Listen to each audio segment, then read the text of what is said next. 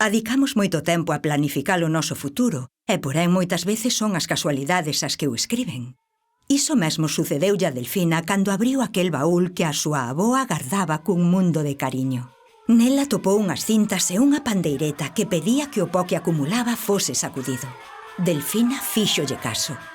E sacudiuna. Ese xesto acompañouna durante toda a súa vida. Moito penso na inmensidade desta cultura e de como conseguiu viaxar de xeración en xeración ata chegar ao día de hoxe. Pois as demens foi cando empezaron a tocar as pandeiretas.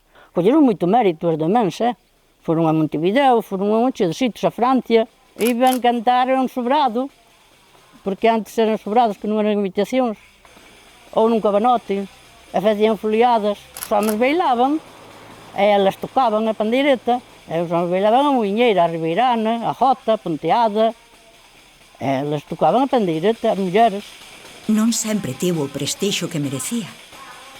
A comezos da segunda metade do século XX, a pandeireta, asociada ao feminino, estaba considerada como menor a nivel técnico e instrumental, nun universo de hexemonía masculina. Aí non ensiñou nadie, enseñaron os solos.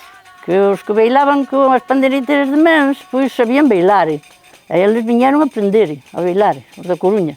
Eu sentiñe moitas coplas a miña avoa, moitas. E despois, un son de máis grandiña, e cantaba eu tamén.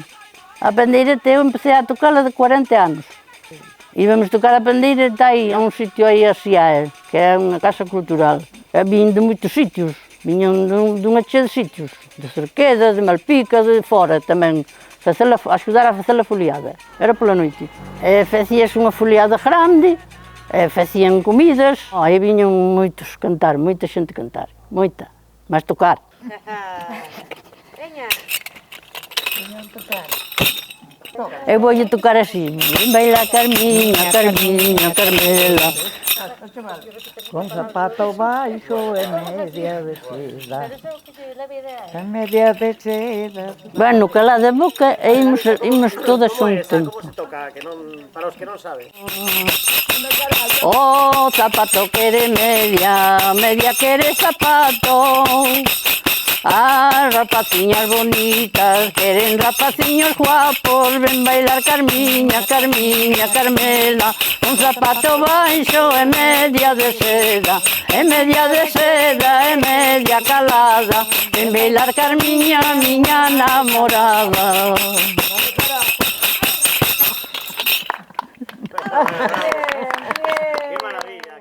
Era impensable que as pandereiteiras puidasen gravar un disco como facían os gaiteiros. Pese á invisibilidade, este patrimonio de boca en boca e de man en man chegou ao final do século cunha saúde envidiable. A música, a tradición, a oralidade deste país ten unha débeda con todas esas mulleres e que sin elas este país non tería memoria.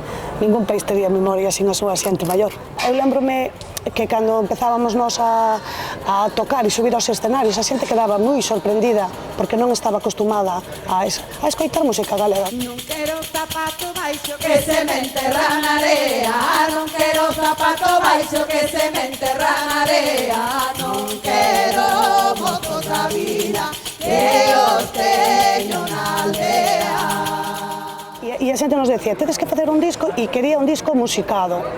E nós, que lle dixemos a xente? Que non, porque o primeiro que queríamos era que a xente coñecera de onde viña, que viña da terra, e que nós íbamos facer un disco puramente tradicional, panderetas e voces, como era. E creo que está conseguido, que o público xeral sabe de onde veñen as cousas. Non só que sabes, senón ti vas a un concierto e ves xente bailar a dolor. Antes íamos a un concierto e bailábamos nós, e punto, non había xente que bailara. A primeira recollida que fóramos nós fora no 86. Vecino meu mandil, la mai nas trenzas Que é recolleda? Pois é preguntarle a aquela xente maior como se divertía, que o que facían, e aí descubres que tamén aprendes os seus valores, aprendes cultura do teu país. E entón, pois, que é unha recollida? Pois é gravar todo eso, empaparte deso, para poderlo transmitir a outra xente. Facían os 5 ritmos seguidos cando eran os bailes? Sí, unha vez sí que fixamos tocando demasiado e quitaba. Desde que eu toque unha vez, pois a xente escolleu, claro, senón eu claro non vou. O bailar de Cherusquiño. Non, para espinar o Cherusquiño e o agarrado.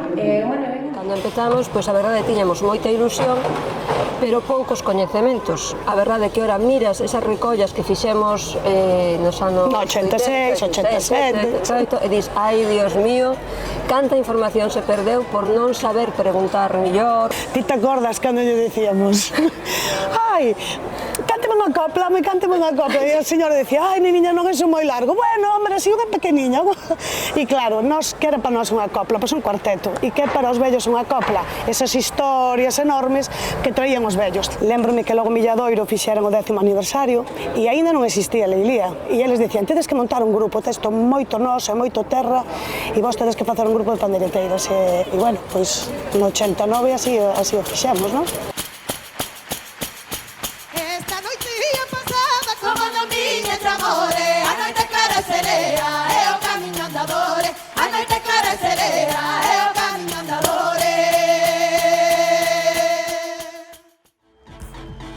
Hoxe temos grupos de cantareiras que non coñecen a palabra límite e que están reventando o panorama musical.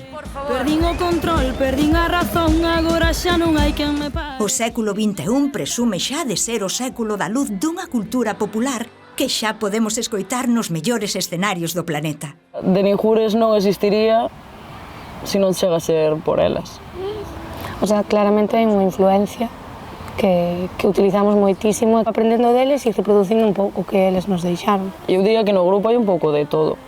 Hai xente que ven das asociacións culturais, outra que os pais ou as nais están vinculados coa música tradicional ou ben porque son gaiteiros, ou ben porque son enamorados profundos da música tradicional e porque as súas aboas eran cantareiras, ou as súas veciñas, ou as súas bisaboas. E incluso algúns que, bueno, a oportunidade de conocer a esas cantareiras. Xa. Precisamente.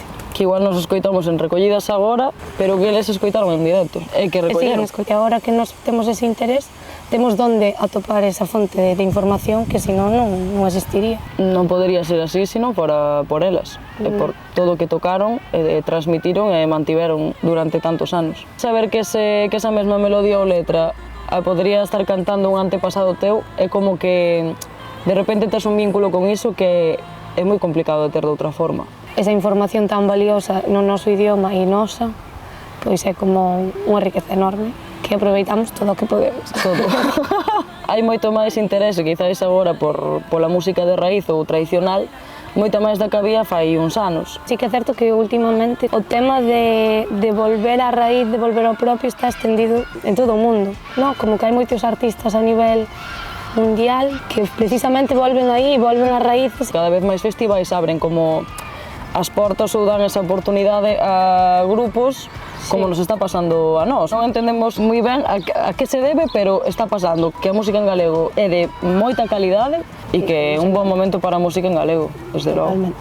A ver se se consigue que a través da música o galego xa reviva outra vez.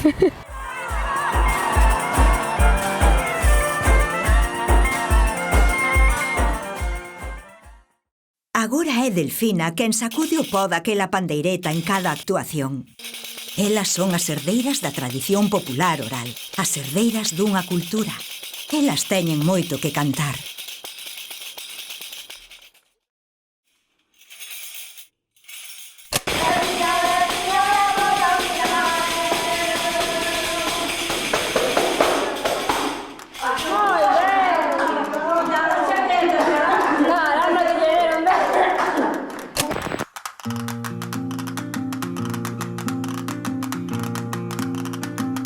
Polo Pedregal do Pindo